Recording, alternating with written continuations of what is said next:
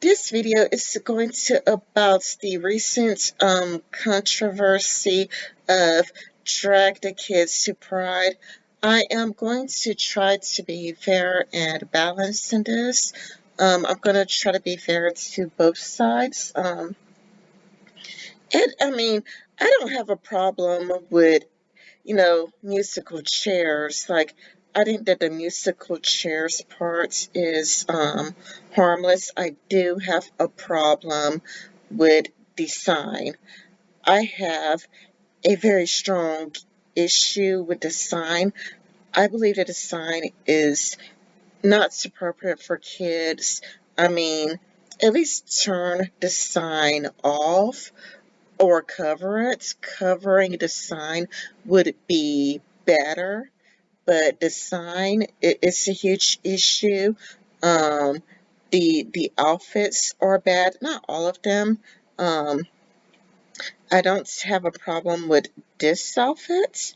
Like, I'm cool with Dad's outfits in particular. Like, it looks pretty innocuous, but I do have a problem with the majority of the outfits, and it did come across like a strip club. It didn't seem all that appropriate for kids. Like, what does taking money for dancing seductively have anything to do with acceptance, and how's that family friendly? Like, you're dancing in a way that's very seductive.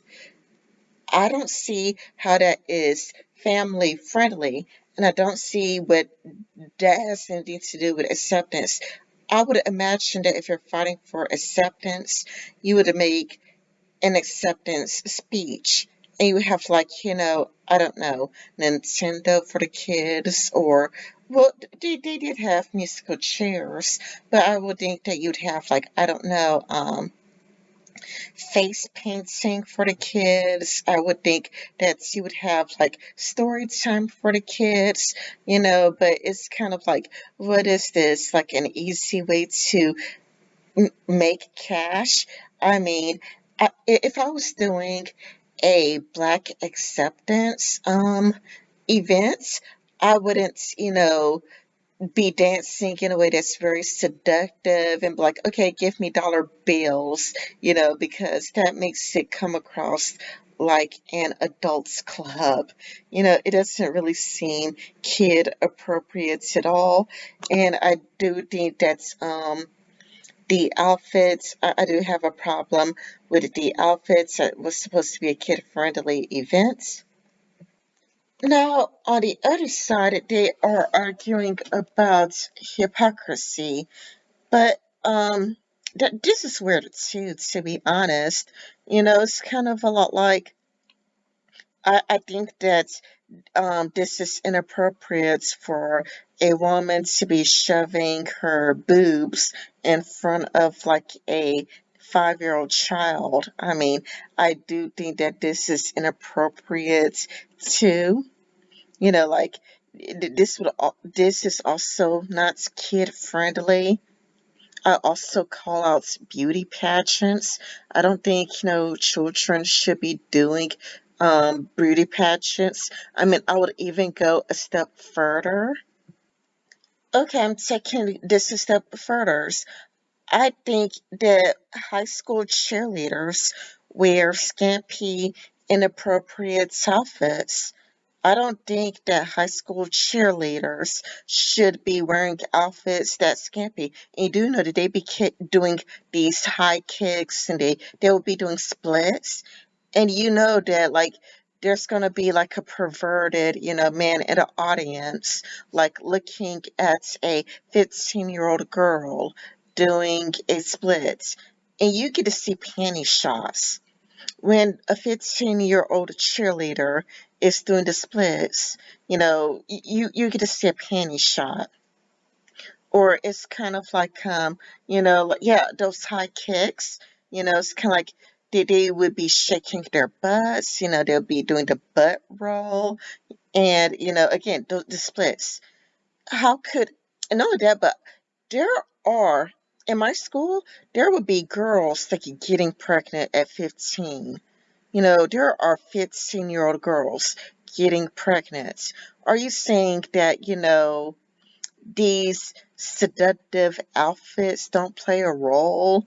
I mean, come on, these outfits, I mean, it's really, really skimpy and it doesn't really need to be.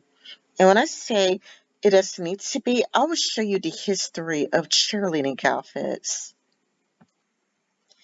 This is a cheerleading outfit in 1948.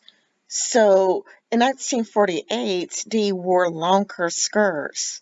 But now it's kind of like cheerleaders are now scantily clad. And again, where the trans community is coming from is like, why are you angry when, a drag person is being scantily clad, but, when a cis person, is scantily clad, you don't care. But for me, I grew up in a very religious household. I grew up in a very, very religious, fundamentalist Christian household. I do care, actually. I don't want to see a scantily clad woman. Why on earth would I want to see that? Do you think I enjoy looking at scantily clad women? I mean, that's really for men, actually. Like scantily clad women, that is really for other men. That's not really for women. Sure, there's going to be lesbians who love it, but that's it. There's just going to be lesbians who enjoy what they see. But lesbians don't represent most women. Neither do bisexual women represent most women. Why would most women want to see a barely clothed woman? And as my mutual pointed out, that you would have to be like 16 years old in Europe to go to Hooters because, I mean, it is just a bunch of scantily clad women. Not only that, but the shorts have gotten even shorter. Like the shorts are practically panties now. Like the shorts, they used to be like, I don't know, it used to be longer, but now the shorts, like they replaced the orange shorts that said Hooters with black shorts that is practically like a dong. So I could see why you would have to be like 16 years old to go to Hooters in Europe, and we should probably do the exact same thing in America. I think that the problem with the trans community is presuming hypocrisy when there is none. It's like you're just assuming that a person is a hypocrite. You know, it's kind of like, oh, what about, child beauty pageants, even though I criticized those too. It's like, oh, or what about this, or what about this? Like, it's like, I think David Sher was about like, what about, Lady Gaga and Katy Perry? And it's like, yeah, that's not appropriate for kids either. Like, I have seen rap videos that were pretty much like, kind of like a 3 minutes adult film. I'll put it that way. It's like 3 minutes adult film because like all of the women would be nude. It's like you have nude women in your music videos. I don't think that it's kid friendly either. Or it's kind of like, wasn't there a controversy with Jennifer Lopez and Shakira at some events? I don't know, was it the Oscars or halftime where they were just scantily clad in a family friendly event, And it's like there is a backlash with cisgendered people too. It's kind of like, but you don't care. Like when there's a backlash with cisgendered people too.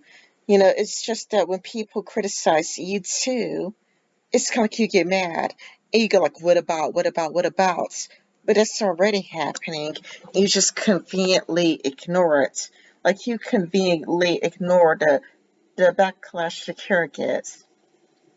You conveniently ignore the backlash J-Lo gets when she dresses seductively. You conveniently ignore it when it's just people, and you want to pretend like exclusively you, like all of the people complaining about child beauty pageants. All the people saying it should be banned. People in different countries bragging about it being banned. I think child beauty pageants are banned in France, and I think that they're banned in Turkey. And it's kind of like, oh yeah, but you're going to conveniently ignore. It's conveniently looking the other way. It's conveniently looking the other way. So a person could be completely consistent to be like, oh yeah, you know, child beauty pageants, it shouldn't happen. Children going to Hooters shouldn't happen, But then it's kind of like it goes like to your group, and it's like, oh no no no no, discrimination, and it's kind of like, how is treating you like everybody else a form of discrimination? And there would be people who would try to report my accounts, even though my accounts is from 2016. Look at my accounts.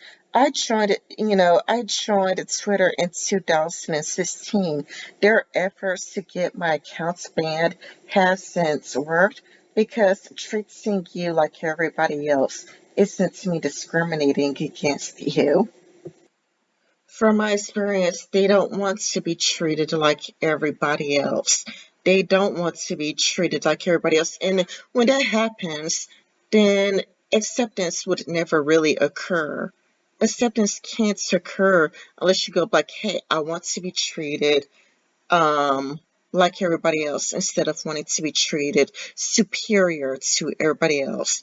You know, like instead of playing the victim card, where it's like, oh, I'm gonna apply the exact same, standards across the board and be like, oh, well, you're victimizing me, and it's like, how are you a victim? How are you a victim? How is applying everything evenly making you a victim?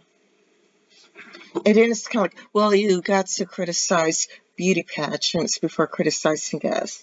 And then, I do criticize beauty pageants. It's like, well, you got to criticize Hooters. It's like frequently moving the goalposts. What they're really saying is that they are above criticism.